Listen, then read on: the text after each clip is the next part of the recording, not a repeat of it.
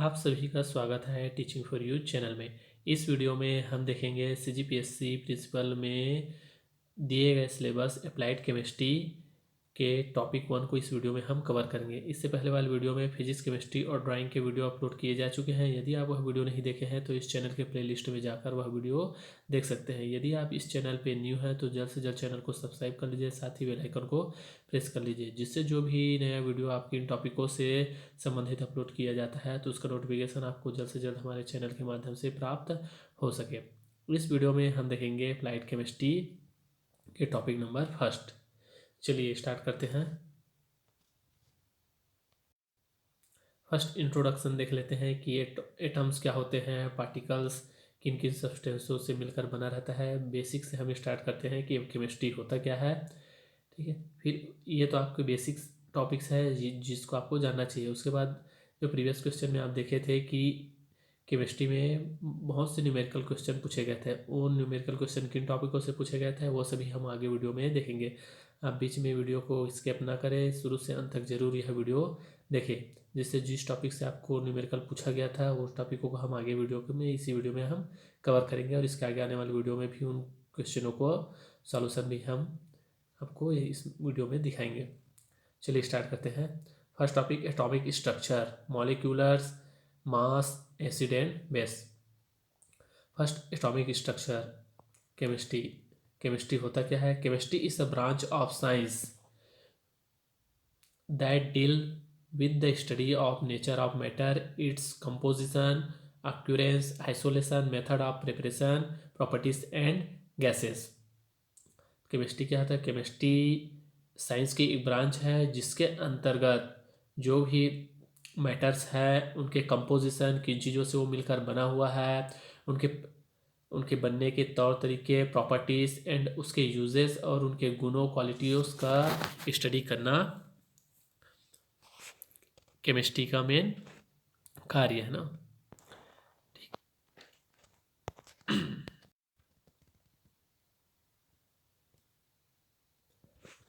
An atom.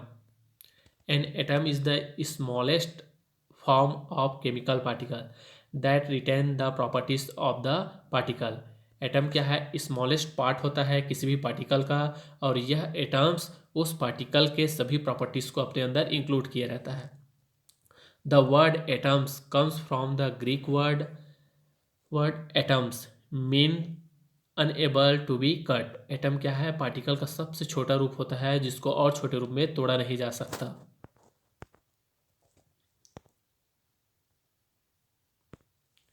The original meaning of atoms was the smallest invisible form of chemical particle. Original meaning क्या होता है atoms का? यह smallest invisible part होता है केमिकल पार्टिकल का। ये सबसे छोटा पार्ट होता है किसी भी पार्टिकल का जिसको हम देख नहीं सकते हैं।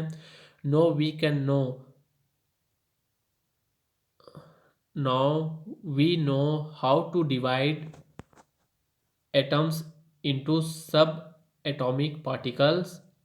The definition of an atoms include the concept that the particle must retain its chemical properties।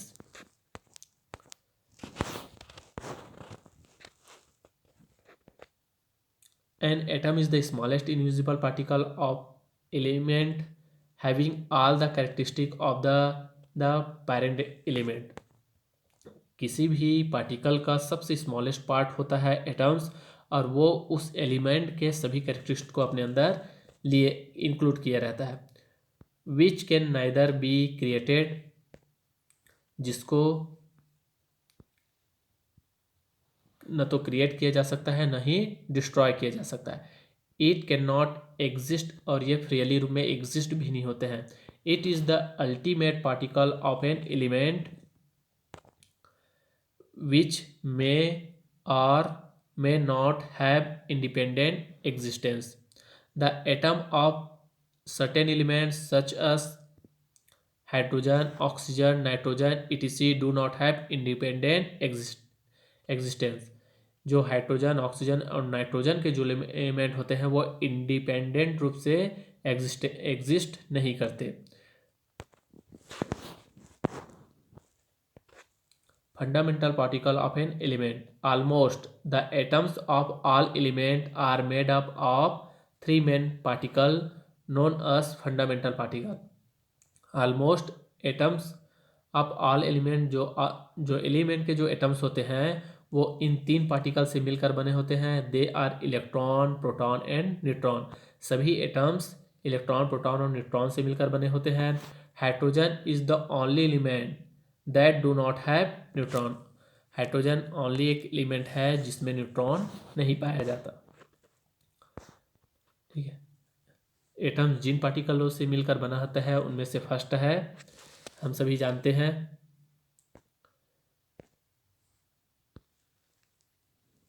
ये एक सेल हो गया.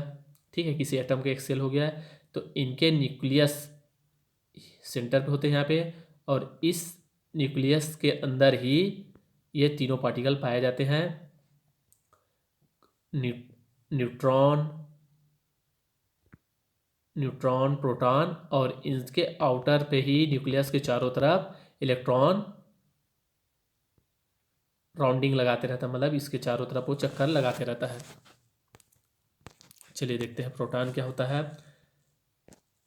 The proton is the positively charge particle. Proton क्या होता है? पॉजिटिवली चार्ज होता है, जो न्यूक्लियस के अंदर में पाया जाता है, एटम्स के न्यूक्लियस के अंदर पाया जाता है. It has unit positive charge and a unit mass. The mass of proton is approximately equal to the mass of one hydrogen atom. जो इसका जो मास होता है हाइड्रोजन के एक एटम के मास के इक्वल होता है. It is equal to 1.00732 AMU. The proton is present in atoms of all the element. हर एलिमेंट के एटम्स में प्रोटॉन प्रेजेंट होता है. ही protons are present inside the nucleus of an atom. Nucleus के अंदर पे एटम में न्यूक्लियस के अंदर पे वो प्रोटॉन प्रेजेंट रहता है. अगला terms electron. The electron is a negatively charge particle. Electron के अंदर क्या रहता है? निगेटिवली चार्ज पार्टिकल होता है electron. It has unit negative charge and negligible mass. The mass of an electron is about 1/1837 of mass of hydrogen atom. Fourth, electrons are present in all the atoms. हर ठीक all atoms के अंदर पे electron present होता है. Electrons are revolving around the nucleus in various circular orbit. इस प्रकार जो circular orbit होता है उसके चारों तरफ रिवॉल्विंग करते रहता है electron.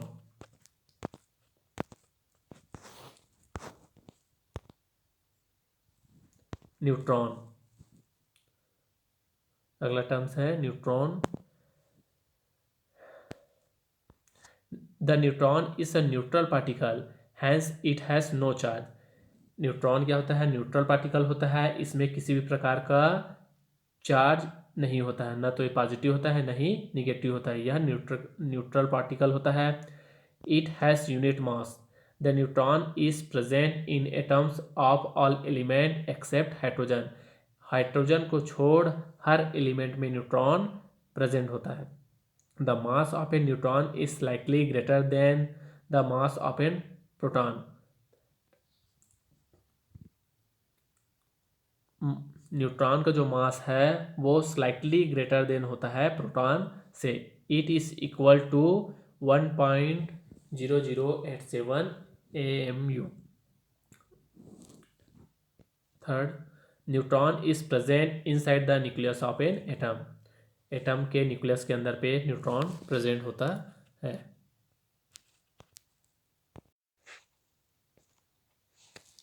Atomic number. The atomic number is the number of proton present in the nucleus of an atom or number of electron revolving around the nucleus in an atom. Atomic number क्या होता है? किसी भी atoms के nucleus के अंदर जितने protons present होंगे या जितने इलेक्ट्रॉन उस न्यूक्लियस के बाहर जितने इलेक्ट्रॉन रिवॉल्विंग करते रहेंगे वह उसका एटॉमिक नंबर कहलाता है। Atomic number equal number of protons और number of electron present on the atoms.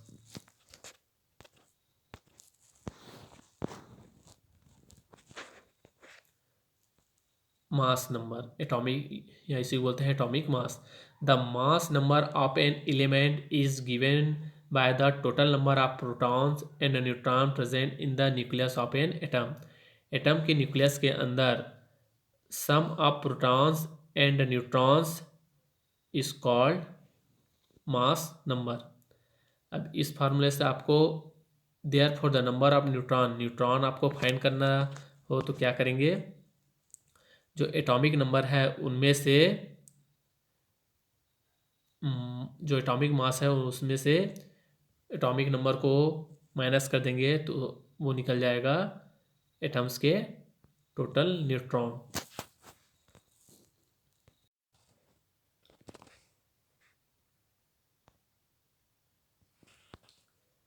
Isotopes. The isotopes are atoms of an same element. Isotope क्या होते हैं, सेम एलिमेंट के जो एटम्स होते हैं having the same atomic number but different mass number. Example में देखिए, आइसोटॉप्स सेम एक एलिमेंट के जो सेम एटम होते हैं और उनके जो एटॉमिक नंबर है वो सेम होते हैं, मगर उनके जो एटॉमिक मास है वो डिफरेंट होते हैं। यहाँ पे देखिए इनके एटॉमिक नंबर सेम है 8 8 8, मगर इनके जो एटॉमिक मास है वो सभी 16 17 18 सभी डिफरेंट है।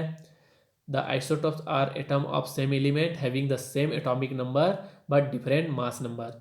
सेम एटॉमिक नंबर हो और डिफरेंट मास नंबर हो तो उस एलिमेंट के एटम्स को बोलते हैं आइसोटॉप्स। आइसोबार जस्ट आइसोटॉप्स के उल्टा होता है, अपोजिट होता है। Isobar are the atoms of different elements having the same mass number but different atomic number. Different element होते हैं मगर इनके एटॉमिक जो मास है, एटॉमिक जो नंबर है वो सेम होते हैं, बट इनके एटॉमिक नंबर डिफरेंट होते हैं। दिख रहे हैं यहाँ पे 92 91, मगर इनके जो एटॉमिक नंबर है, मास जो नंबर है, एटॉमिक मास जो नंबर है वो सेम है और इनके एटॉमिक नंबर जो है वो डिफरेंट है। तो और डिफरेंट एलिमेंट होते हैं तो इसको बोलते हैं आइसोबार।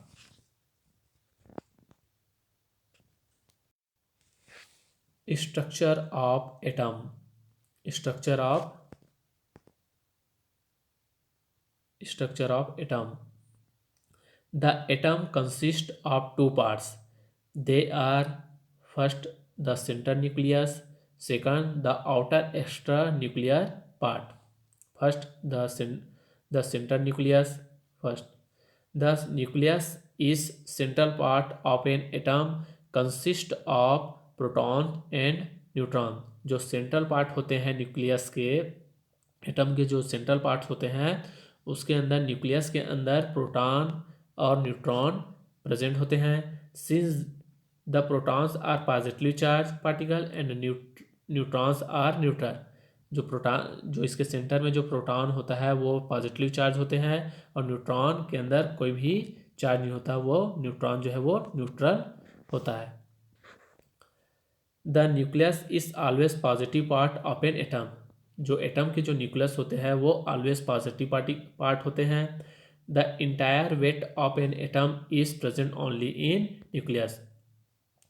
जो एटम के जो टोटल वेट होते हैं वो न्यूक्लियस के अंदर में ही प्रेजेंट होता है।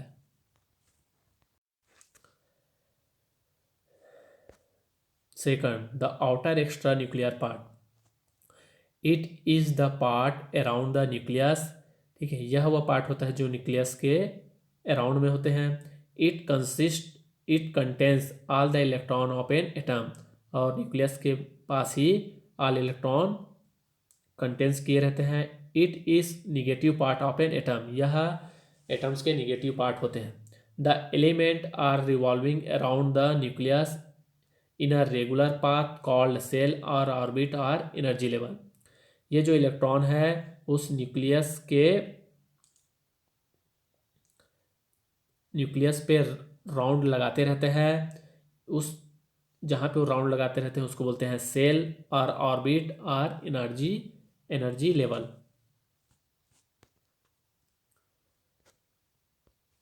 द सेल और ऑर्बिट आर नंबर्ड, जो सेल और जो ऑर्बिट होते हैं उसके नंबर्स के अकॉर्डिंग अस 1 2 3 ETC। ठीक है, first orbit, first shell, second shell, third shell, fourth shell, ऐसे करके उसका नंबरिंग होता है। फ्रॉम द न्यूक्लियस से 1 2 3 करके सेल उस they are also known as KLMN shell. इस प्रकार यहाँ पे दिख रहा है आपको स्ट्रक्चर पे। ठीक है, फर्स्ट इसको बोलेंगे फर्स्ट ऑर्बिट, उसका नंबरिंग होता है first orbit, second orbit, third orbit, या इसी को बोलते हैं, ये हो गया K orbit, L orbit, M orbit. इसको देखेंगे कि कौन सा ऑर्बिट में कितने इलेक्ट्रॉन प्रेजेंट होते हैं।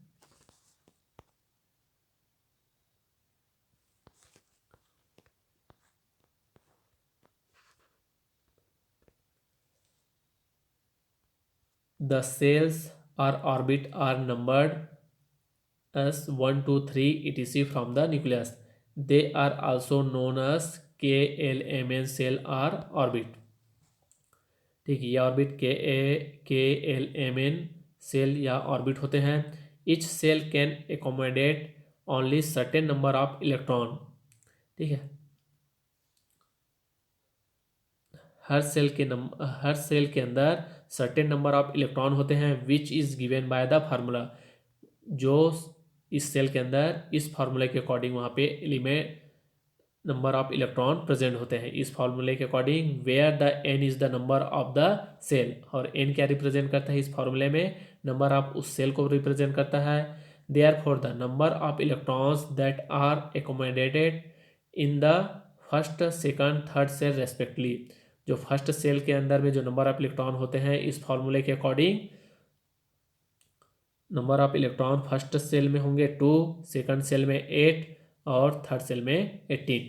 जैसे 2 n² 2 है तो n की जगह पे यदि आप 1 रखते हो यहाँ पे तो फर्स्ट ऑर्बिट में क्या आ जाएगा 2 इलेक्ट्रॉन। इसी प्रकार आगे देखेंगे उसको। Fourth point, the electron present in the outermost orbit is called as valence electron. जो आउटर मोस्ट सेल में या ऑर्बिट में जो इलेक्ट्रॉन्स रहेंगे उसको बोलते हैं valence electron. The atoms are whole in a neutral one since the number of proton positive charge is equal to the number of electron.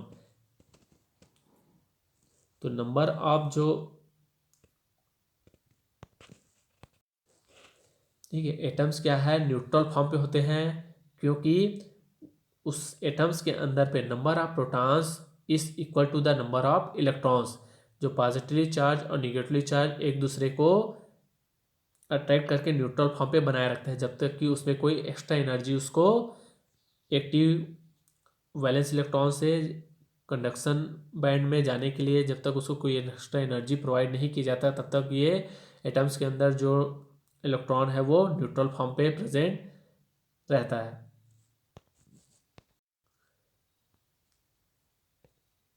The atomic structure of sodium atom is given below. जो atomic structure है sodium atoms के वो इस प्रकार से होता है। यहाँ पे देखिएगा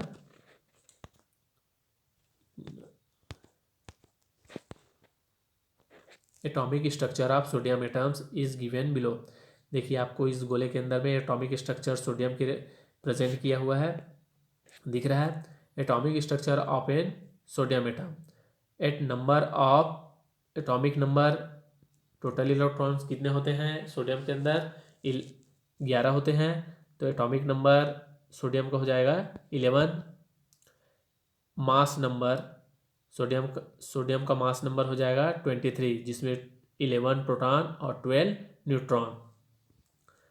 अब देखिए जो ये हो गया न्यूक्लियस। न्यूक्लियस के अंदर पे ये प्रोटॉन और न्यूट्रॉन प्रेजेंट है। इसके जो न्यूक्लियस के बाहर जो फर्स्ट सेल है उसके अंदर 2n2 इसके अकॉर्डिंग इसके जो फर्स्ट सेल में टोटल कितने इलेक्ट्रॉन होंगे, n की जगह पे हम यहाँ पे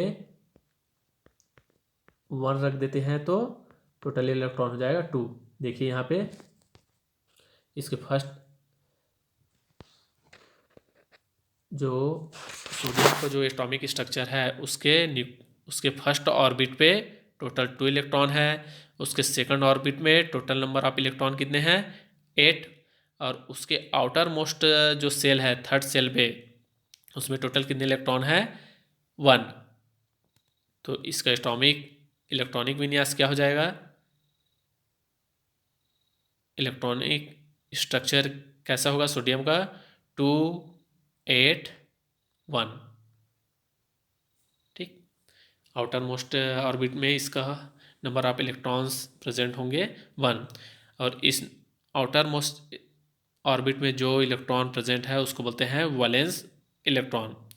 तो फर्स्ट ऑर्बिट को किससे रिप्रेजेंट किया जाता है, देखिए यहाँ पे इसके फर्स्ट ऑर्बिट को बोलेंगे, फर्स्ट सेल को रिप्रेजेंट किया जाता है लेटर इंग्लिश के लेटर के से, जिसमें नंबर ऑफ इलेक्ट्रॉन्स 2 है। इसके सेकंड ऑर्बिट को रिप्रेजेंट किया जाता है एल से, और थर्ड जो आउटर जो ऑर्बिट है उसको एम से रिप्रेजेंट किया गया, KLM। इसको हम आगे और देखेंगे जहाँ पे इसके आगे वाले टॉपिक में KLM में बाकी जो भी एलिमेंट का स्टडी करेंगे तो वहाँ पे हम इसको डिटेल में देखेंगे।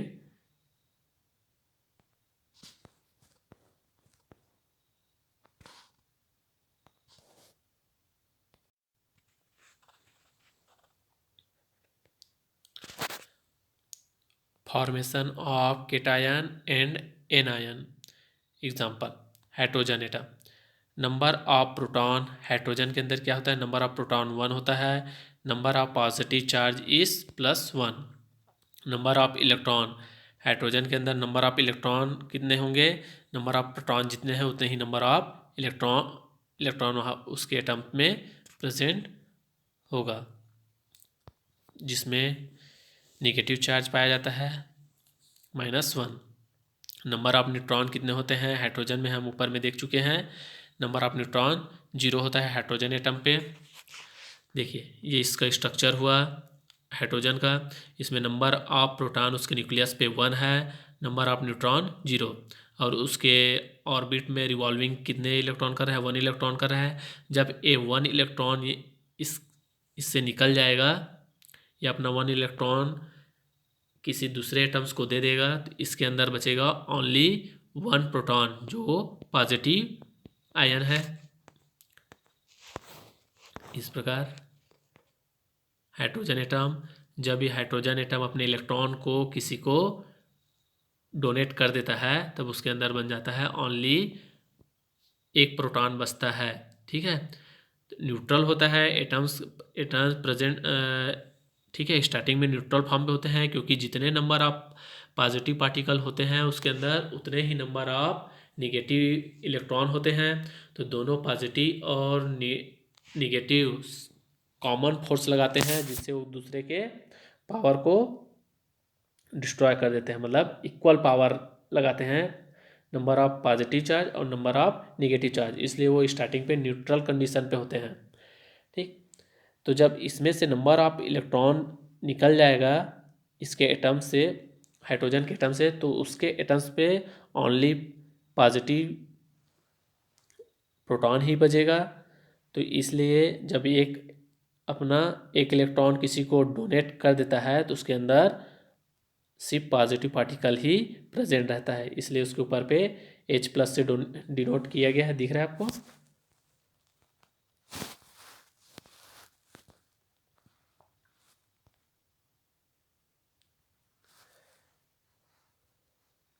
सो Z1 = 1, A1 = 1। तो Z किसको रिप्रेजेंट करता है, एटॉमिक नंबर को, और ए किसको रिप्रेजेंट करता है, एटॉमिक मास को। When hydrogen atom loses its outermost electron, it has only one proton. The H becomes H plus ion due to loss of one electron. अपना वन इलेक्ट्रॉन लॉस करने की वजह से hydrogen ion H plus ion बन जाता है, due to loss of one electron. Hence the H plus ion is called as proton. इसलिए H plus ion को प्रोटॉन बोला जाता है। H become H plus proton, one electron को यहाँ पे लॉस हो रहा है।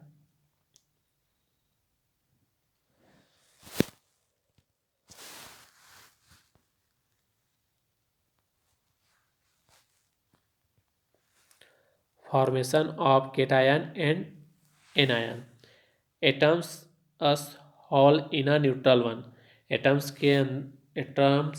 स्टार्टिंग में न्यूट्रल कंडीशन पे होते हैं। Since the number of protons and electron are equal, क्योंकि उसके अंदर पे एटम्स के न्यूक्लियस के अंदर पे नंबर ऑफ इलेक्ट्रॉन और number of proton equal condition पे होते हैं।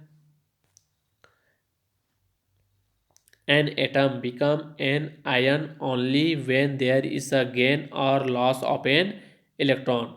anion तब होंगे जब किसी से एक इलेक्ट्रॉन लेगा, और सिमिलरली केट आयन पॉजिटिव तब होगा जब वो अपने में से एक इलेक्ट्रॉन को लॉस करेगा, या अपना एक इलेक्ट्रॉन किसी दूसरे को देगा तब वो पॉजिटिव आयन होगा, और जब अपना इलेक्ट्रॉन किसी से लेगा तब वो निगेटिव आयन होगा। मतलब उसको बोलते हैं एनायन। जैसे आपको एग्जाम्पल के रूप में यहाँ पे दिखाया गया है, देखिए यहाँ पे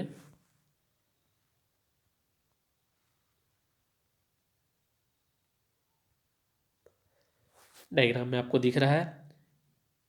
ये फर्स्ट डायग्राम सोडियम एटम को रिप्रेजेंट कर रहा है, और सेकंड डायग्राम क्लोरीन एटम्स को।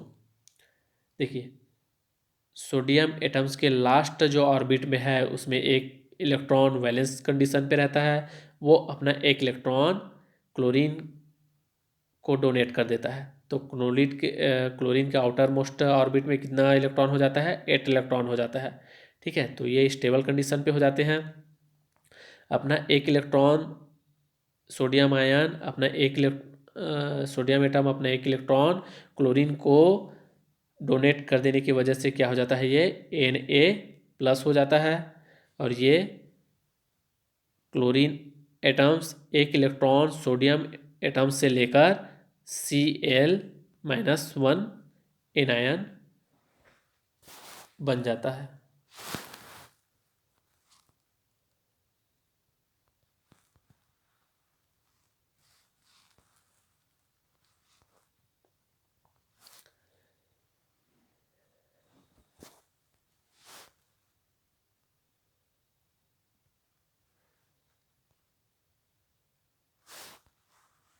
Cat ion formation sodium atom Na, one electron क्या करता है, ये अपना लेस करता है, डोनेट करता है।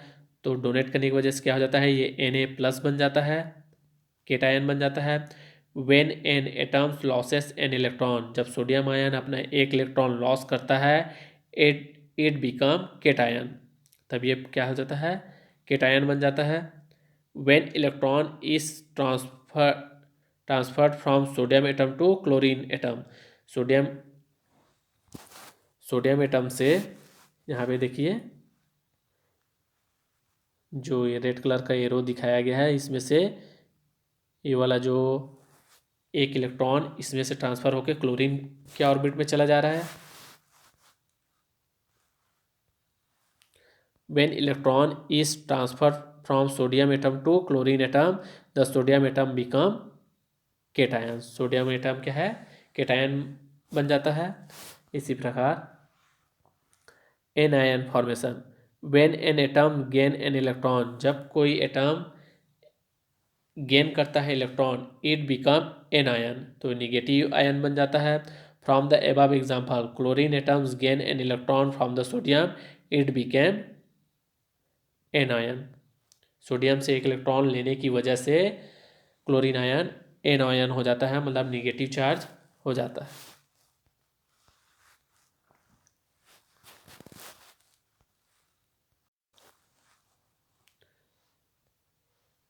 Electronic concept of oxidation and reduction. The electronic concept of oxidation and reduction can be explained as below. Oxidation क्या होता है? Oxidation is a process that involves removal of electrons. जब इलेक्ट्रॉन लॉस या removal होता है तो उस process को बोलते हैं ऑक्सीडेशन।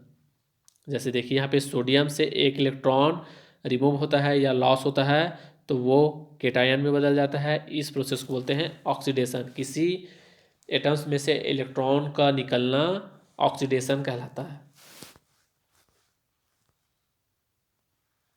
और अदर एग्जांपल है यहाँ पे देख लीजिए। Reduction, the reduction is a process that involve addition of electron. Addition reduction क्या है? ऑक्सीडेशन का जस्ट अपोजिट है। रिडक्शन में एडिशन होता है इलेक्ट्रॉन का और ऑक्सीडेशन में रिमूवल होता है इलेक्ट्रॉन का, बस इतना ही फर्क है। देखिए क्लोरीन, क्लोरीन में एक इलेक्ट्रॉन आकर प्लस हो रहा है यहाँ पे, तो ये क्या हो जाता है? एन आयन में बदल जाता है। ठीक है, इसी प्रकार फ्लोरीन पे डिफिनेशन याद रखिएगा।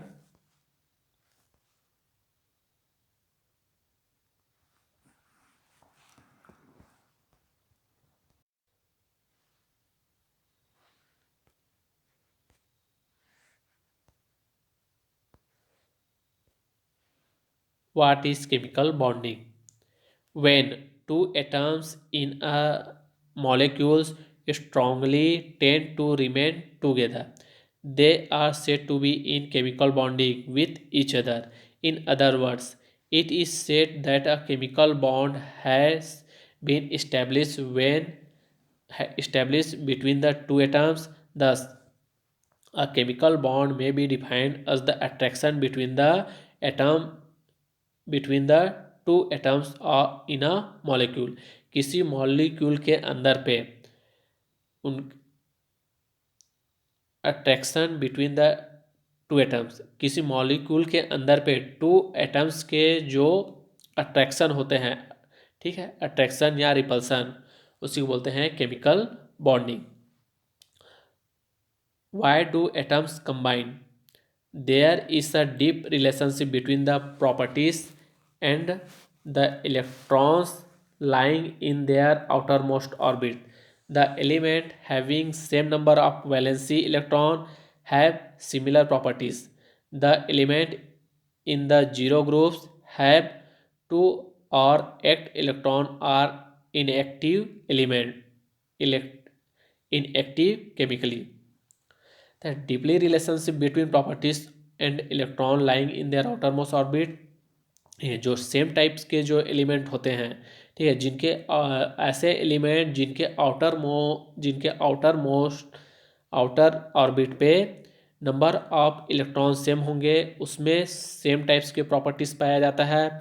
जैसे 8 ग्रुप के जो एलिमेंट है या जीरो ग्रुप के जो एलिमेंट है, 18 ग्रुप आप, ठीक है, मॉडर्न पीरियोडिक टेबल में देखे होंगे।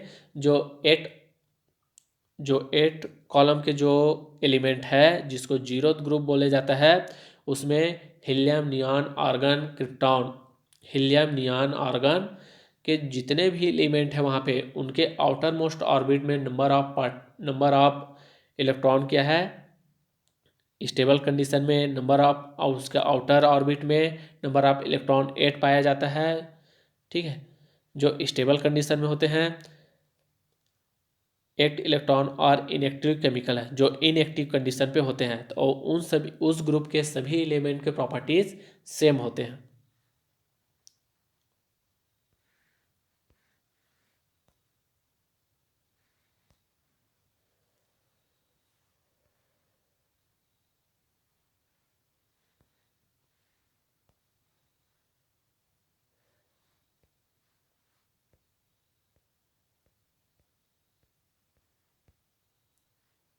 Octet rule. The inert gas बोले जाते हैं 18 ग्रुप के जो एलिमेंट है उनको इनर्ट गैस के रूप में जाना जाता है। The inert guys have the stable configuration of एक इलेक्ट्रॉन। जो इनर्ट जो गैसेस है 18 ग्रुप के जो एलिमेंट है उनके जो आउटर मोस्ट ऑर्बिट पे 8 इलेक्ट्रॉन होते हैं जो स्टेबल कन्फिग्रेशन कंडीशन पे होते हैं। Octet structure in their outermost orbit except helium which two have only electron. Except helium को छोड़कर बाकी सभी जितने भी एलिमेंट हैं 18 ग्रुप के सभी के आउटर मोस्ट ऑर्बिट पे 8 इलेक्ट्रॉन प्रेजेंट होते हैं।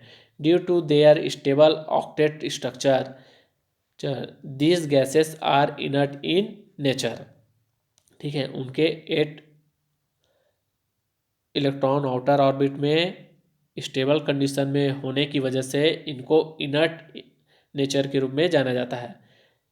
They do not chemically react with other element. और ये क्या है, केमिकली रूप से अदर एलिमेंट के साथ किसी भी प्रकार का कोई रिएक्शन नहीं करता। According to Lewis octet theory all the element with an unstable और incomplete electronic configuration have a tendency to attain the stable electronic configuration of the nearest inert gas configuration either by complete transfer of valence electron from one atom to another atom or by mutual sharing of valence electron between the atoms. This tendency to attain the stable electronic configuration is responsible for the formation of chemical bonding.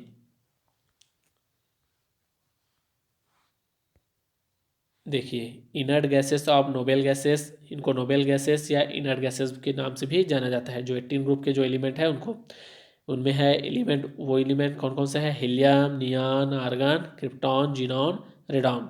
इनके topic number ये है,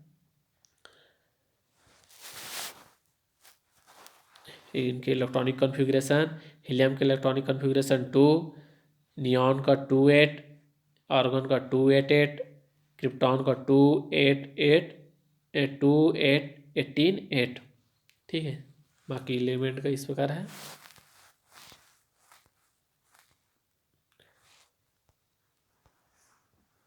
types of bonding.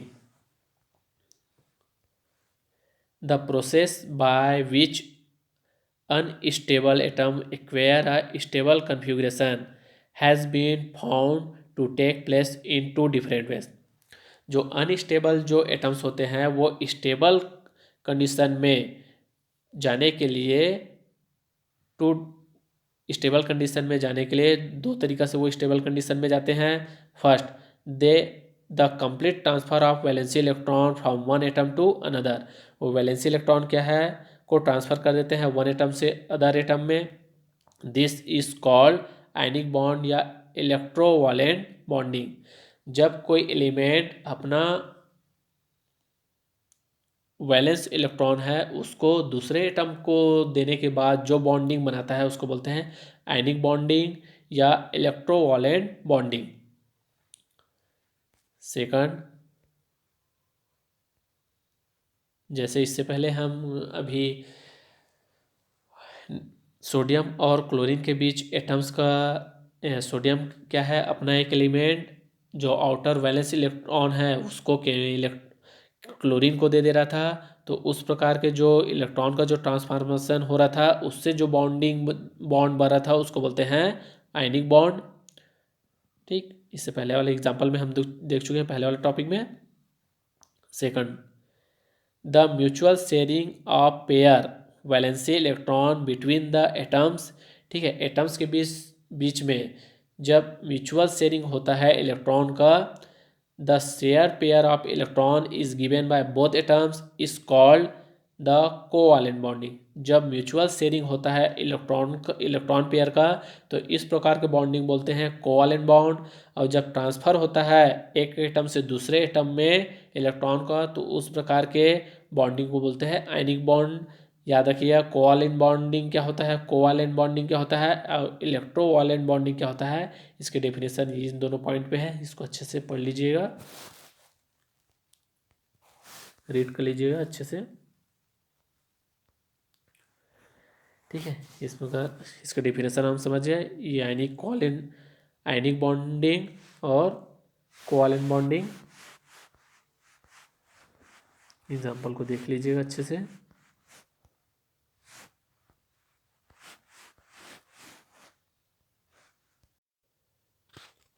ठीक है, हम समझ गए कि ionic bond और कोवालेंट बॉन्ड होता क्या है। इसके कुछ एग्जांपल यहाँ पे नीचे दिए हुए हैं, इसको आप पीडीएफ के माध्यम से देख लीजिए, या पीडीएफ में हमारे पेड ग्रुप पे सेंड कर दूंगा, ठीक है। ये कुछ एग्जांपल नीचे दिए हुए हैं, इन टॉपिकों को आप अच्छे से, इन एग्जांपल को अच्छे से देख लीजिए। चलिए अगला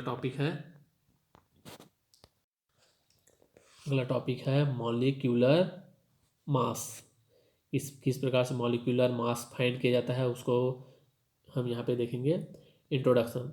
the chemistry is chiefly concern with atom and molecules and their interaction and transformation. Chemistry में क्या करते हैं, एटम्स एंड मॉलिक्यूल्स के इंट्रैक्शन एंड ट्रांसफॉर्मेशन को यहाँ पे स्टडी किया जाता है। For example the properties of chemical bond forms between atoms to create chemical compound और मॉलिक्यूल, ठीक है। किस प्रकार से एटम्स के अंदर केमिकल बॉन्ड बनते हैं, ठीक है, किस प्रकार से केमिकल रिएक्शन होते हैं और किस प्रकार से वो एटम्स आपस में रिएक्ट करके किस प्रकार कंपाउंड बनाते हैं, मॉलिक्यूल बनाते हैं, उन सभी का स्टडी करना केमिस्ट्री के अंदर किया जाता है। As such chemistry study the involvement of electron, ठीक है। केमिस्ट्री के अंदर ही हम स्टडी करते हैं कि इलेक्ट्रॉन की इन्वॉल्वमेंट क्या होता है वेरियस एटम्स पे, ठीक है। उनके एनर्जी लेवल क्या होते हैं, उनका एनर्जी लेवल के अकॉर्डिंग उनका रिएक्शन कैसा होता है, उन सभी का स्टडी करना, या उन सभी का स्टडी हम केमिस्ट्री के अंदर पे करते हैं।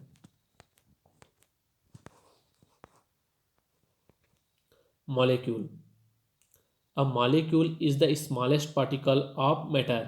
मॉलिक्यूल क्या होता है, स्मॉलेस्ट पार्टिकल होता है मैटर का या एलिमेंट का या किसी भी कंपाउंड का, दैट कैन एग्जिस्ट फ्रीली, ठीक है, और ये एग्जिस्ट करते हैं freely.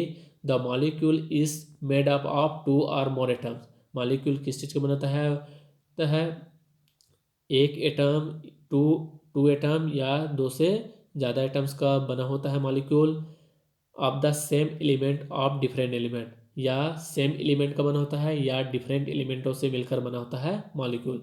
It can be further divided into two in divided into atoms. Types of molecules are of two types, ठीक है। फर्स्ट है होमो एटॉमिक मॉलिक्यूल्स, सेकंड है heteroatomic molecules. Homo atomic molecules क्या होते हैं, the molecule is made up of two और more atoms of the same element. Same element के दो या दो से अधिक एटमों से मिलकर जो मॉलिक्यूल बना रहता है, दो या दो से अधिक एटमों से मिलकर और सेम टाइप के एलिमेंट से होते हैं, वो एक ही एलिमेंट होंगे मगर एटम दो या दो से अधिक होंगे, तो उससे जो मॉलिक्यूल बना रहता है उसको बोलते हैं होमो atomic molecule.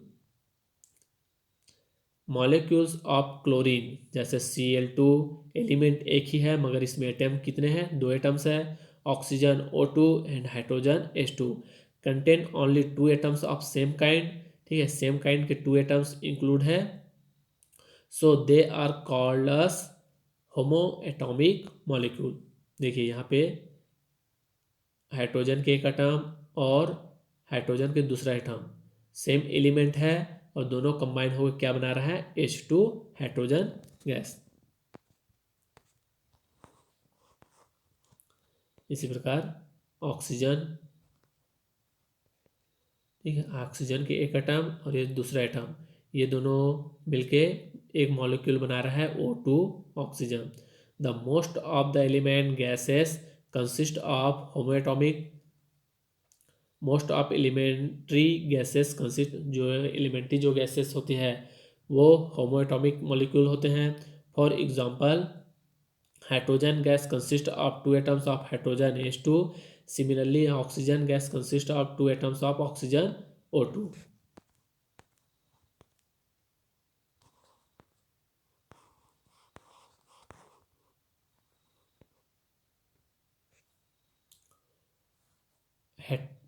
Heteroatomic molecule, heteroatomic molecule क्या होते हैं?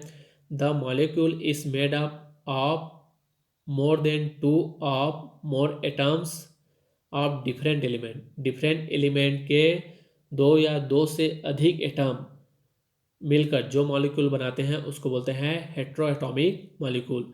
दस इन मॉलिक्यूल ऑफ कार्बन डाइऑक्साइड, जैसे कार्बन डाइऑक्साइड में क्या होते हैं?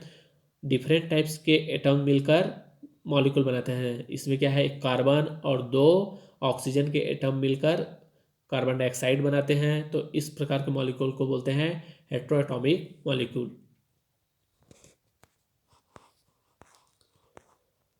दिख रहे हैं यहाँ पे?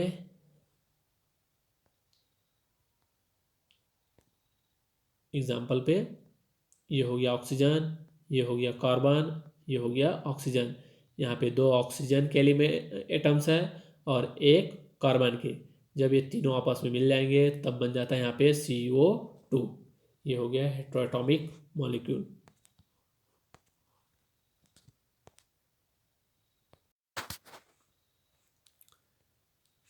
मॉलिक्यूलर मास, अगला टॉपिक है मॉलिक्यूलर मास। मॉलिक्यूलर मास क्या होता है? Molecular mass of an element or a compound is the ratio between the mass of an one molecule of the element or the compound and the mass of 1/12 part of carbon atom. इस फॉर्मूले से molecular mass calculate किया जाता है। Calculation of molecular mass, molecular mass calculate करके देखते हैं।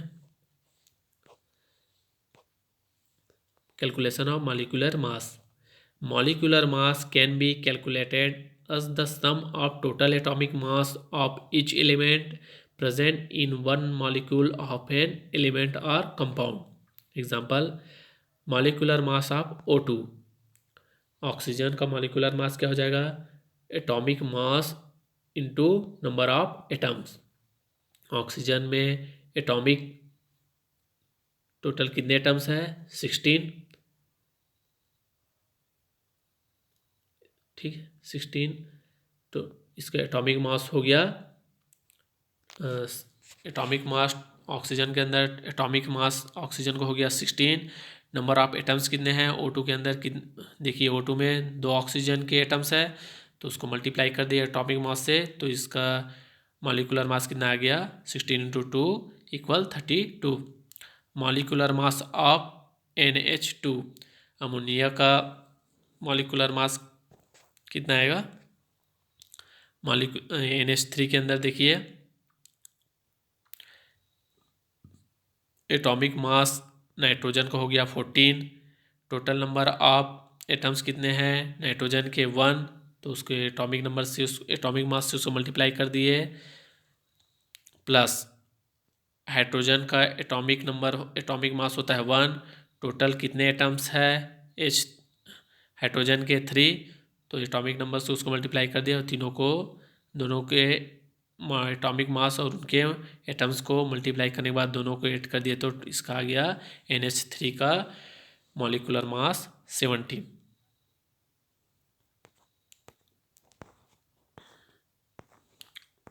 मोल,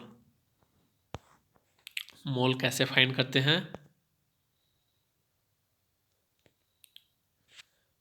मोल, if the molecular mass is expressed in gram then it is called gram molecular mass or 1 mole.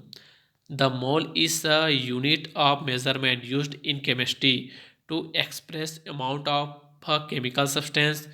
1 mole of any substance contain Avogadro number of particle. 1 mole में क्या होता है? Total number of particle, Avogadro number of particle 6.023 × 10⁻23 particle होता है एक mole के अंदर पे। Atom ion or molecules.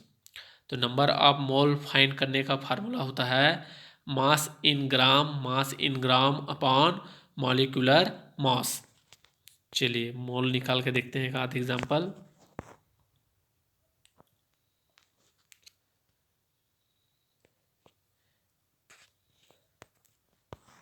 कुछ एग्जाम्पल देखते हैं।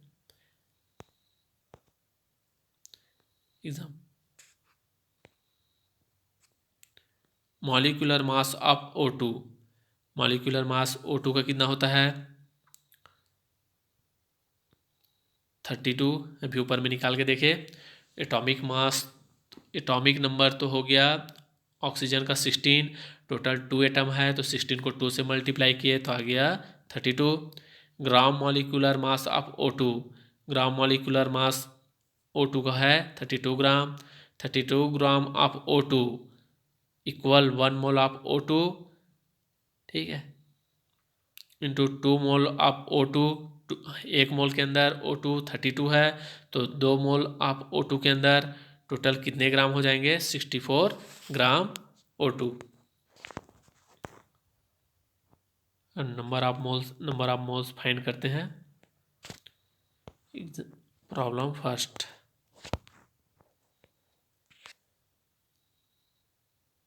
How many moles are represented by 4.4 gram of CO2। कितने नंबर ऑफ मोल है 4.4 ग्राम CO2 के अंदर। एटॉमिक मास ऑफ कार्बन 12 होता है, एटॉमिक मास ऑफ ऑक्सीजन 16 होता है। तो मॉलिक्यूलर मास ऑफ CO2 का कैसे निकाल लेंगे 12 इंटू 1। ऊपर में देखे हैं कि 12 इंटू 1 कहाँ से आया और 16 इंटू 2 कहाँ से आया। इसके ऊपर वाले एग्जाम्पल में हम देखें तो CO2 का मॉलिक्यूलर मास कितना हो जाएगा 12 प्लस 30, दोनों को ऐड करेंगे तो आ जाएगा 44। अब मोल निकालने का फार्मूला हम अभी ऊपर देखें। नंबर ऑफ मोल्स क्या हो जाएगा मास इन ग्राम को डिवाइड कर देंगे मॉलिक्यूलर मास से। मास इन ग्राम दिया है CO2 का 4.4 और अभी हम मॉलिक्यूलर मास निकाले 44। 4.4 को डिवाइड कर देंगे 44 से तो आ जाएगा 0.1 मोल। ये कुछ और एग्जांपल है, इसको आप देख लीजिएगा।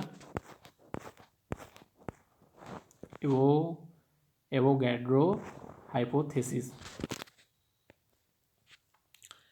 Avogadro hypothesis states that equal volume of all gases contain the same number of molecules at the same temperature and pressure। Same temperature और प्रेशर पे equal volume of all gases contain the same number of molecule. Relationship between molecular mass and vapour density. इनमें vapour density और molecular mass में क्या relationship होता है इसको आप देख लीजिएगा। एवोगैड्रो नंबर हम अभी ऊपर में कवर कर लिए। एक मोल में कितने एवोगैड्रो नंबर होता है 6.023 × 10⁻23 एटम्स होते हैं।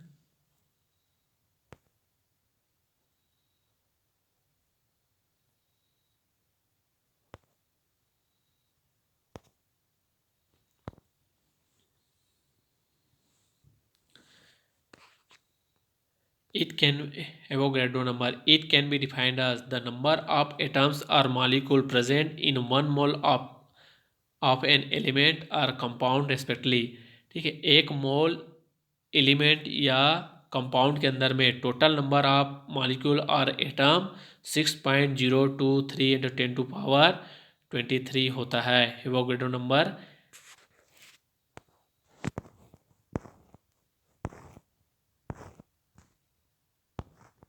ये कुछ एग्जांपल है, इसको आप सॉल्व कर लीजिएगा। चलिए देखते हैं अपना अगला टॉपिक। अगला टॉपिक है एसिड एंड बेस। बहुत इंपॉर्टेंट टॉपिक है, इस टॉपिक से क्वेश्चन पूछा जाता है। इसी टॉपिक के अंतर्गत आएगा pH, find the chemical pH। ठीक है, पिछले बार एक क्वेश्चन पूछा गया था, उसके न्यूमेरिकल हम इस वीडियो में या इसके अगले आने वीडियो में pH वैल्यू से संबंधित कम से कम 8 से 10 क्वेश्चन हम सॉल्व करेंगे। और आपके एग्ज़ाम में pH value, find the pH value of chemical, कोई भी केमिकल दिया रहेगा उसके पीएच वैल्यू फाइंड करने के लिए आपको बोला जाएगा, ये एग्जांपल में क्वेश्चन में दिया रहेगा। तो उसके पीएच वैल्यू, हर टाइप के क्वेश्चन का हम पीएच वैल्यू फाइंड करने का प्रैक्टिस करेंगे, ठीक है, जो आपके एग्ज़ाम के पॉइंट ऑफ व्यू से बहुत इंपॉर्टेंट है। और श्योर आपका एक क्वेश्चन इस बार भी पीएच वैल्यू फाइंड करने का आएगा। तो ज़रूर आप हमारे इस चैनल से जुड़िए और अपने एग्ज़ाम की तैयारी हमारे चैनल के माध्यम से अच्छे कीजिए। मैं आपको maximum numerical question physics, chemistry, maths और ड्राइंग का हमारे इस चैनल के माध्यम से आपको अवेलेबल कराऊंगा। यदि आप हमारे चैनल से नहीं जुड़े हैं तो जल्द से जल्द हमारे चैनल से जुड़िए। साथ ही इन सभी वीडियो के पीडीएफ अगर आप प्राप्त करना चाहते हैं तो जल्द से जल्द हमारे पेड ग्रुप से भी आप जुड़ सकते हैं। चलिए देखते हैं एसिड एंड बेस। एसिड क्या होता है?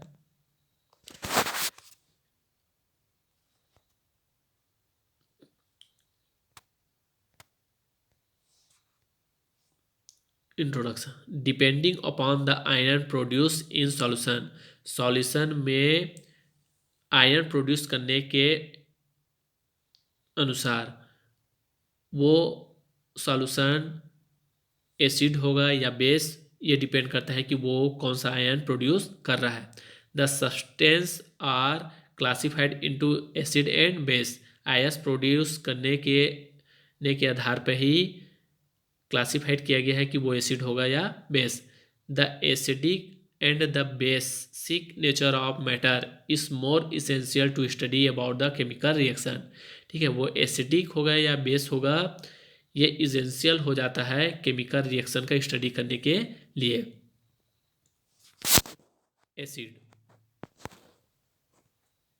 एसिड क्या होता है?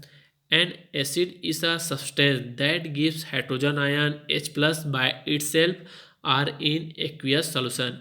एक्वियस सॉल्यूशन या इटसेल्फ जो भी सॉल्यूशन होता है, यदि वह H+ आयन देता है तो वो कहलाएगा एसिड। Example HCl। HCl का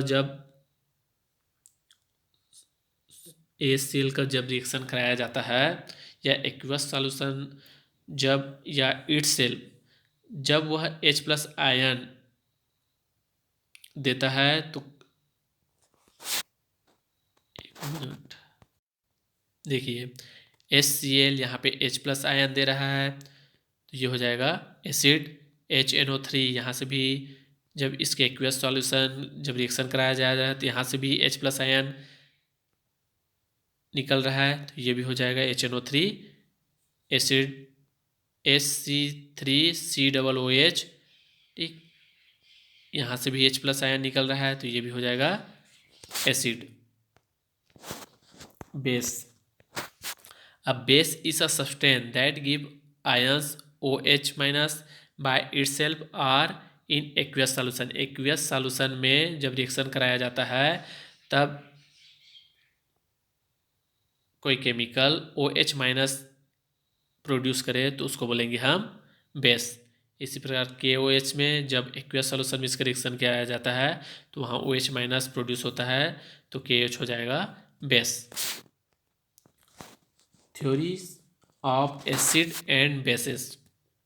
By the following theories, the acid and basic nature of substance can be easily explained।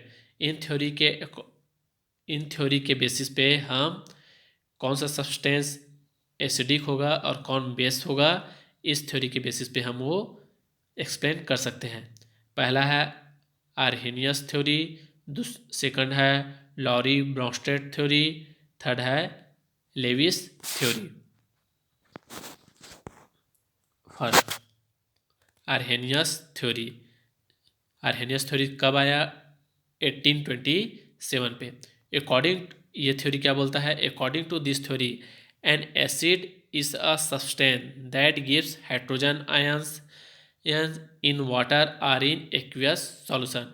Water या एक्वियस सॉल्यूशन पे जो सब्सटेंस H+ आयन देता है वो कहलाता है एसिडिक एसिड। ठीक है, H2SO4 को जब हाइड्रोजन से वाटर या एक्वियस सॉल्यूशन से रिएक्शन कराया जाता है तो वो H+ आयन देता है। तो H2SO4 क्या हो गया, acid. HCl give H+ in a water, hence it is called acid। अब बेस क्या होता है, आर्हेनियस के अनुसार a base is a substance that gives hydroxyl ion in water या aqueous solution। वाटर या एक्वियस सॉल्यूशन से जब NaOH का रिएक्शन कराया जाता है तब OH आयन प्रोड्यूस करता है। तो NaOH क्या हो जाएगा, आर्हेनियस के अनुसार base.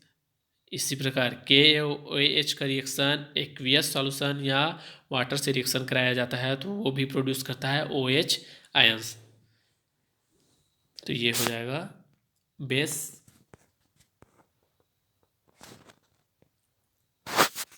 NaOH gives OH ion in water, hence it is called as base। Strength of an acid base depend upon the extent of produced H+ OH ion during ionization। जब ionisation होता है तो उसके strength जो होते हैं, उसकी क्षमता, वो कितनी एसिडिक है और कितनी बेस है, वो डिपेंड करता है नंबर ऑफ H+ और OH आयन के आयोनाइजेशन पे। लेविस थ्योरी के अनुसार आर्हेनियस थ्योरी के अनुसार आर्हेनियस थ्योरी का लिमिटेशन क्या है, it is valid only in aqueous solution और water soluble acid and base. ठीक है, यह थ्योरी सिर्फ एक्वियस सॉल्यूशन और वाटर सॉल्यूशन के लिए ही बस एलिजिबल है, मान्य है। It is difficult to explain basic properties of non-hydroxyl compound like NH3, Na2CO3। ठीक है, ये थ्योरी के अकॉर्डिंग डिफ़िकल्ट है एक्सप्लेन करना नॉन हाइड्रोक्साइल कंपाउंड का। फिर उसके बाद आया अगला थ्योरी, बेस और एसिड को स्पेसिफाई करने के लिए, बताने के लिए। अगला जो थ्योरी दिया वह वैज्ञानिक थे लॉरी ब्रॉन्स्टेड थ्योरी, 1923 में आया। प्रोटॉनिक कॉन्सेप्ट के नाम से इसको जाना जाता है। एन एसिड, इनके अनुसार क्या, इनका क्या कहना था, an acid is a substance, acid एक सब्सटेंस है which donates proton to any other substance. Acid क्या होता है, एसिड वह सब्सटेंस होता है जो प्रोटॉन डोनेट करता है अदर सब्सटेंस को, hence it is proton donor, इसलिए क्या होता है, यह एक प्रोटॉन डोनर होता है। A base is a substance that accept proton from any other substance, hence it is a proton acceptor. अब लॉरी ब्रॉन्स्टेड के अनुसार बेस किसी अदर सब्सटेंस के जरिए वो प्रोटॉन एक्सेप्ट करता है, इसलिए बेस क्या होता है, प्रोटॉन एक्सेप्टर होता है। एग्जाम्पल देखिए, HCl किसी दूसरे सब्सटेंस को H+ आयन क्या है, डोनेट कर रहा है, तो इसलिए हो जाएगा HCl ब्रॉन्स्टेड। लॉरी ब्रॉन्स्टेड के अनुसार HCl हो जाएगा प्रोटॉन, यहाँ से प्रोटॉन डोनेट कर रहा है तो इसलिए HCl हो जाएगा एसिड। NH3+H+, NH3 क्या हो रहा है, किसी से प्रोटॉन एक्सेप्ट कर रहा है तो इसलिए हो जाएगा ये बेस। HCl+H2O, यहाँ से देखिए HCl क्या है, ये एसिड है और H2O क्या है, एक्वियस सॉल्यूशन है। ठीक है, तो यहाँ पे एसिड जो है वो अपना यहाँ से प्रोटॉन डोनेट करेगा और H2O क्या है, इस प्रोटॉन किसी से प्रोटॉन एक्सेप्ट करेगा, तो ये हो जाएगा एसिड, ये हो जाएगा बेस। ठीक है, ये बहुत इंपॉर्टेंट कॉन्सेप्ट है, इस कॉन्सेप्ट से आपको क्वेश्चन पूछा जा सकता है। ठीक है, कि conjugate acid base conjugate acid base कौन सा है, ऐसा करके आपको क्वेश्चन में पूछा जा सकता है। इसको कॉन्सेप्ट आप अच्छे से समझ लीजिए। इसके 2-4 क्वेश्चन में आपको ऑब्जेक्टिव क्वेश्चन के माध्यम से कराऊंगा, वहाँ पे आपको अच्छे से इसका लिस्ट देकर समझाऊंगा कि कौन सा पेयर कॉन्जुगेट एसिड बेस है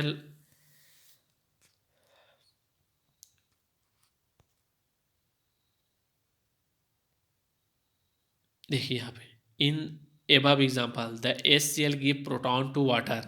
ठीक, HCl क्या है, जब उसको वाटर से रिएक्शन कराया जा रहा है तो वाटर को क्या दे दे रहा है, वो H+ आयन दे दे रहा है यहाँ पे। Hence it is called acid. The HCl and Cl differ by only one proton. HCl में और HCl के HCl और Cl में सिर्फ एक प्रोटॉन बस का डिफरेंस है। Hence they are called as conjugate acid base pair. ठीक, तो ये HCl और H याद रखिएगा, जो भी कॉन्जुगेट एसिड बेस जो पेयर होगा सिर्फ उन दोनों एलिमेंट में सिर्फ एक इलेक्ट्रॉन बस का डिफरेंस होगा। इस कॉन्सेप्ट को आप अच्छे से याद रखिए, तभी आप वहाँ पे दिए हैं क्वेश्चन में तभी आप सही से टिक लगा पाएंगे, जब ये कॉन्सेप्ट आपके माइंड पे रहेगा।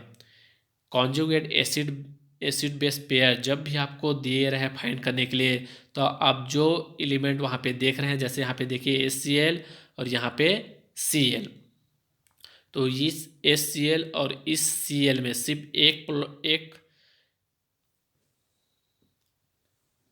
एक प्रोटॉन बस का डिफरेंस है। इसी प्रकार NHCl, NH3 और H+, इस NH3 और इस NH4 में सिर्फ एक इलेक्ट्रॉन बस का डिफरेंस है। ये भी हो जाएगा कॉन्जुगेट एसिड बेस पेयर। आगे एग्जांपल पे देखते हैं। यहाँ पे देखिए NH3 का रिएक्शन जब H2S से होता है, similarly the NH3 accept proton from water, hence it is called base. The NH3 and H2O differ by only one proton, hence they are called conjugate acid base pair.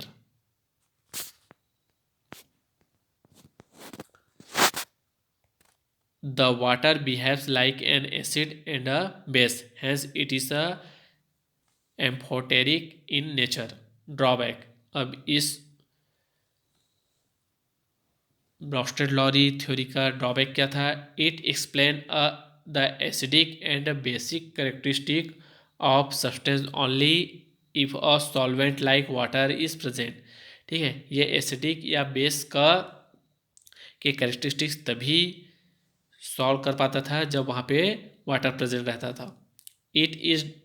It does not explain the neutralization of acidic oxide CO2 और SO2 by basic oxide CaO, BaO because they are no H+ ion.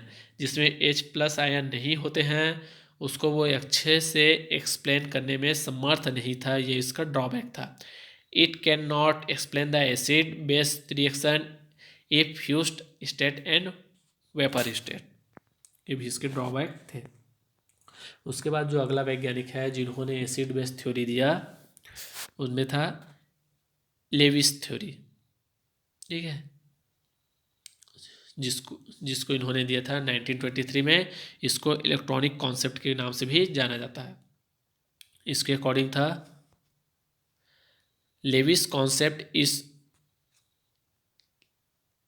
concept is known as electronic concept because it involves electron pair transfer during base formation. Electron pair transfer during base formation, जब base बनता है तो electron pair transfer होता है। इसके basis पे इन्होंने बताया कि कौन एसिड होगा कौन बेस।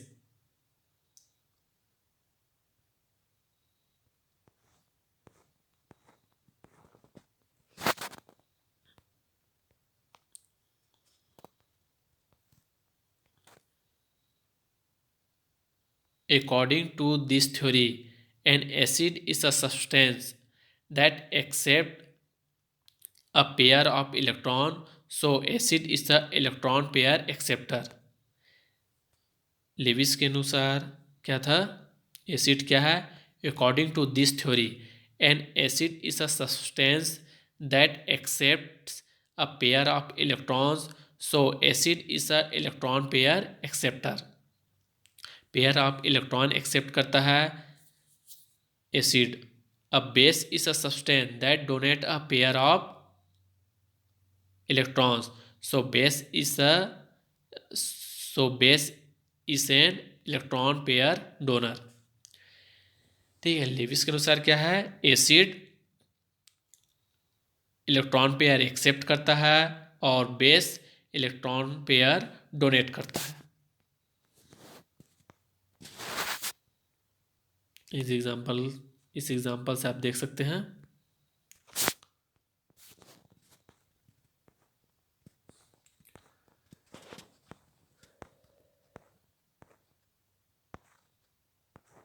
इससे कुछ एडवांटेज है, इसको आप रीड कर लीजिएगा। लेविस के कुछ एडवांटेज है, इसमें से क्वेश्चन आपको ब्रोस्टेड लॉरी, ठीक, कॉन्जुगेट एसिड बेस पेयर से पूछा जा सकता है, जो आपके एग्जाम के पॉइंट ऑफ व्यू से बहुत इंपॉर्टेंट है। इसके अगले वीडियो में हम देखेंगे कम से कम 8 से 10 एग्जाम्पल मैं आपको वहाँ पे दिखाऊंगा कॉन्जुगेट एसिड बेस थ्योरी। वहाँ पे उस कॉन्सेप्ट को मैं अच्छे से समझाऊंगा कि आपको कैसे पहचानना है कि conjugate acid base theory pair कौन सा है। ठीक है, याद रखिएगा उसमें सिर्फ एक इलेक्ट्रॉन बस का डिफरेंस होता है, एक प्रोटॉन बस का डिफरेंस होता है। वहाँ पे एग्जाम्पल के माध्यम से हम अच्छे से उसको अगले आने वाले वीडियो में उसको समझेंगे। चलिए अब देख लेते हैं आपके एग्ज़ाम के पॉइंट ऑफ व्यू से जो सबसे ज़्यादा इम्पोर्टेंट टॉपिक है वो है pH value. Find the pH value of given solution.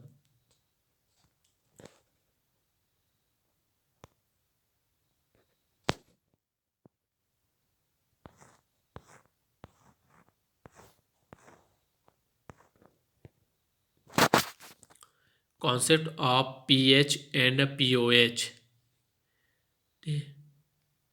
PH इसका कॉन्सेप्ट किसने दिया था, एसपीएल सोरेनसन ने। इसका डेफिनेशन होता है pH is a convenient way of expression acidity और concentration of H plus in solution. किसी भी सॉल्यूशन में H प्लस कंसंट्रेशन को एक्सप्रेस करने का कन्वीनियंट वे है, तरीका है pH. It help to avoid the use of large of negative power of 10। PH को इस रूप में रिप्रेजेंट किया जाता है, pH equal minus log 10 H plus ion, या इसी को इस रूप में भी रिप्रेजेंट कर सकते हैं log 10 1/H प्लस। ठीक है, या H को H इक्वल होता है 10 टू पावर माइनस पीएच। ये सभी फार्मूलों का आप अच्छे से याद रखिएगा, किसी भी रूप में आप इसको यूज कर सकते हैं। Higher the concentration of H plus lower will be the value of pH। Definition pH and pOH. pH of a solution is defined as negative of logarithm to the base of 10 of the hydrogen ion concentration। ठीक है, इस प्रकार ये इसका definition हो गया, pH equal to minus log 10 H plus ion. चलिए कुछ एग्जांपल देखते हैं कि पीएच वैल्यू आपको किस प्रकार फाइंड करना है। इसी प्रकार आप पीओएच को भी इस फार्मूले के रूप में ऐसे डिफाइन कर सकते हैं। इन न्यूट्रल एक्वियस सॉल्यूशन में पीएच कितना होता है, H इंटू OH का मल्टीप्लिकेशन होता है equal 10 to power minus 14 gram ion per litre. इसी को लॉगरिथमिक ले लेने के बाद जो दोनों का मल्टीप्लिकेशन है, लॉग लगा देने के बाद क्या है, दोनों डिफरेंस प्लस आयन प्लस लगकर दोनों अलग अलग हो जाते हैं। इस प्रकार log 10 to power minus 14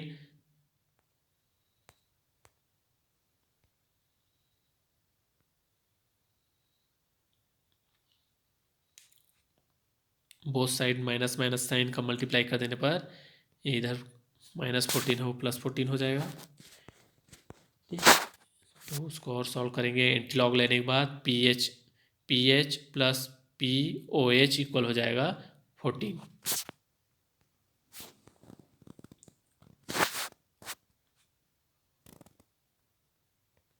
first problem, if pH of solution is 5, what is it's pOH। ऊपर फार्मूला, ये वाला फार्मूला से pH दिया है 5, pOH हमको फाइंड करना है।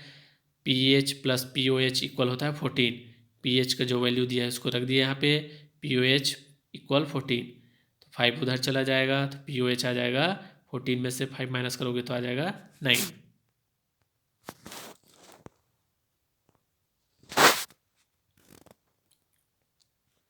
Ionic product of water. The product of H plus and OH is known as ionic product of water. The value is 1 into 10 to power minus 14। KW ionic product of water को represent किया जाता है KW से, तो H plus plus OH ion का multiplication हो जाएगा 1 into 10 to power minus 7, 1 into 10 to power minus 7, क्योंकि किसी भी एक्वस सॉल्यूशन का वैल्यू क्या होता है 7। दोनों को मल्टीप्लाई हो जाएंगे तो क्या आ जाएगा, KW equal 1 into 10 to power minus 14 gram ion per litre. अब कुछ पॉइंट है जिससे आपको याद रखना है आगे के न्यूमेरिकल क्वेश्चन को सॉल्व करने के लिए। Point to be remembered, for pure water pH and pOH value, pure water के लिए pH वैल्यू कितना होता है 7। The sum of pH and pOH should be equal to, pH और pOH का जो सम होता है वो इक्वल होता है 14 के। The ionic product of water is, ionic product of water कितना होता है 1 into 10 to power minus 14। Fourth point, pH less than है 7 से तो वो एसिड होता है। ठीक है, कोई भी सॉल्यूशन दिया है तो यदि वह उसका pH वैल्यू 7 से लेस देन है तो वो एसिड सॉल्यूशन कहलाएगा। यदि pH इक्वल है 7 के तो वो न्यूट्रल कहलाएगा, जैसे प्योर वाटर का होता है। यदि pH ग्रेटर देन है 7 से तो वो कहलाएगा बेस। क्वेश्चन देखते हैं, ये सभी क्वेश्चन कम से यहाँ पे है, इस पीडीएफ में आपको कम से कम यहाँ पे 7 से 8 क्वेश्चन यहाँ पे दिया गया है। इनमें से 2 क्वेश्चन मैं समझा देता हूँ, बाकी आप इसमें पीडीएफ में के माध्यम से आप इसको सॉल्व कर लीजिएगा, प्रैक्टिस कर लीजिएगा। Problem first, calculate the pH of solution whose hydrogen ion concentration is 4.6 into 10 to power minus 10 to power 4 gram ion per litre. आपको pH फाइंड करना है। pH का फार्मूला ये हो गया, pH into pH equal minus log 10 H plus होता है। H plus का वैल्यू आपको यहाँ पे दिया हुआ है फॉर्मूले क्वेश्चन पे, देखिए H प्लस का वैल्यू ये हो गया, हाइड्रोजन कंसंट्रेशन दिया हुआ है तो हाइड्रोजन कंसंट्रेशन H का वैल्यू हो गया, H की जगह पे रख दिए हम 4.6 into 10 to power minus 4। Sure आप अपने नोट करके रख लीजिए, इस ये फाइंड द pH वैल्यू आपके एग्ज़ाम में आपको ज़रूर पूछा जाएगा। ये बहुत इंपॉर्टेंट क्वेश्चन है PSC का, एक क्वेश्चन ये ज़रूर पूछेंगे। चलिए इसको आगे सॉल्व कीजिए। देखिए यहाँ पे जब भी लॉग लगा हो, कोई दो संख्या 2 नंबर मल्टीप्लाई में हो और उसमें लॉग लगा हो तो क्या हो जाता है, वो अलग अलग हो जाते हैं प्लस साइन के साथ, प्लस साइन लग जाता है। लॉग अब दोनों मल्टीप्लाई टर्म्स के लिए जब लॉग लगाए तो दोनों अलग अलग हो गया प्लस साइन के साथ। लॉग, फिर यहाँ पे देखिए log 10 4 plus 6 plus log 10 10 to power minus 4। ठीक, इस लॉग 10 4.6 का लॉग लोगे, लॉग का टेबल, ये आपको ये वैल्यू आपको क्वेश्चन में दिया रहेगा ना, यहाँ पे टेंशन वाली कोई बात नहीं है, ये वैल्यू आपको दिया रहेगा। और ये तो ऐसे ही निकल जाएगा, लॉग 10 टू पावर किसी भी नंबर का अगर पावर हो और उसके सामने में लॉग हुआ हो, लॉग लगा रहा है तो वो पावर सामने आ जाता है। लॉग 10 और लॉग 10 का वैल्यू हो जाता है 1। इसको सॉल्व करिएगा तो ठीक है, प्लस माइनस करिएगा तो लास्ट में सॉल्व होकर आएगा pH की वैल्यू 3.3373। ठीक है, आपको क्वेश्चन में ये वाला वैल्यू तो हमको पता नहीं रहेगा, मगर ये आपको क्वेश्चन में दिया रहेगा। log 4.6 का वैल्यू होता है इतना करके दिया रहेगा, या कम से कम log 2, log 3 और log 5 तक के वैल्यू आप अपने दिमाग में सेट करके चले जाइए आप। और हो सकता है कि वो पीएससी का बात है, अब वो वहाँ पे वैल्यू दिया भी रह सकता है, नहीं भी दिया रह सकता है, तो इसलिए आप कम से कम log 5 तक के वैल्यू आप अपने से याद करके ज़रूर जाइए।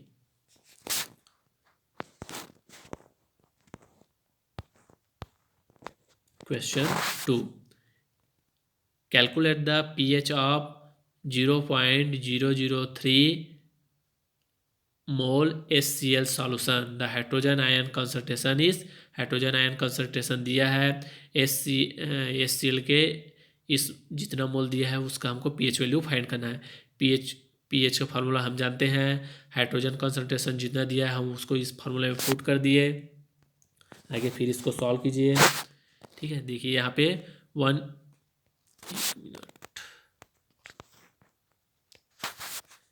pH ये हो गया। लॉग जब ब्रैकेट को ओपन करेंगे तो दो टर्म है, 1 और 10⁻³ मल्टीप्लाई में है। जब लॉग लगा देंगे तो दोनों टर्म मल्टीप्लाई प्लस प्लस होकर अलग हो जाएगा। ठीक, इसको और सॉल्व कीजिएगा तो आ जाएगा pH वैल्यू 3।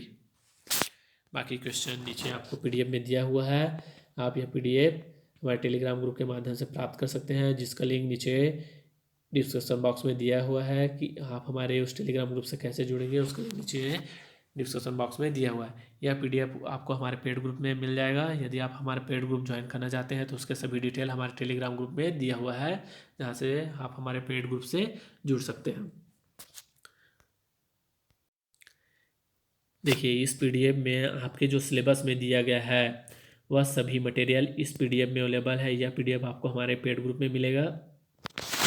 देखिए, एटॉमिक स्ट्रक्चर ये टॉपिक हम अभी कवर कर लिए इस वीडियो में। इसके कुछ टॉपिक बचे हैं, इसके अगले आने वाली वीडियो में हम कवर करेंगे। ठीक, और आपके जो इस एग्ज़ाम से संबंधित जो सिलेबस दिया गया है उसमें यह सभी टॉपिक दिया हुआ है। टेक्नोलॉजी ऑफ वाटर, कैटलिस्ट, ठीक है, electrochemistry, electrochemical, energy source, corrosion भी दिया हुआ है, एयर पॉल्यूशन, वाटर पॉल्यूशन, ये सभी दिया हुआ है। ठीक, वाटर पॉल्यूशन से 2-3 न्यूमेरिकल पूछा गया था, ये सभी न्यूमेरिकल को हम इसके अगले आने वाली वीडियो में कवर करेंगे। फ्यूल दिया है, सॉलिड फ्यूल दिया है, लिक्विड फ्यूल दिया है, ये सभी टॉपिक दिए हुए हैं जो सभी इस PDF में अवेलेबल है। ये सभी क्वेश्चंस, ये सभी टॉपिक्स, इसके सभी थ्योरी। एलॉय दिया हुआ है, एलॉय से 2-3 क्वेश्चन पूछा गया था। ठीक है, जैसे फेरस एलॉय, स्टेनलेस स्टील, जो भी इस टॉपिकों से 2-3 क्वेश्चन पिछले बार बना हुआ था, ये सभी टॉपिकों को हम अगले आने वाले वीडियो में कवर करेंगे। इसलिए यदि आप हमारे चैनल को सब्सक्राइब नहीं किए हैं तो जल्द से जल्द चैनल को सब्सक्राइब कर लीजिए, जिससे जो भी टॉपिक के वीडियो बनता है वो वीडियो आपको हमारे चैनल के माध्यम से, नोटिफिकेशन के माध्यम से आपको प्राप्त हो सके। चलिए, इस वीडियो में फ़िलहाल यहीं तक। यह वीडियो देखने के लिए आप सबका बहुत बहुत धन्यवाद।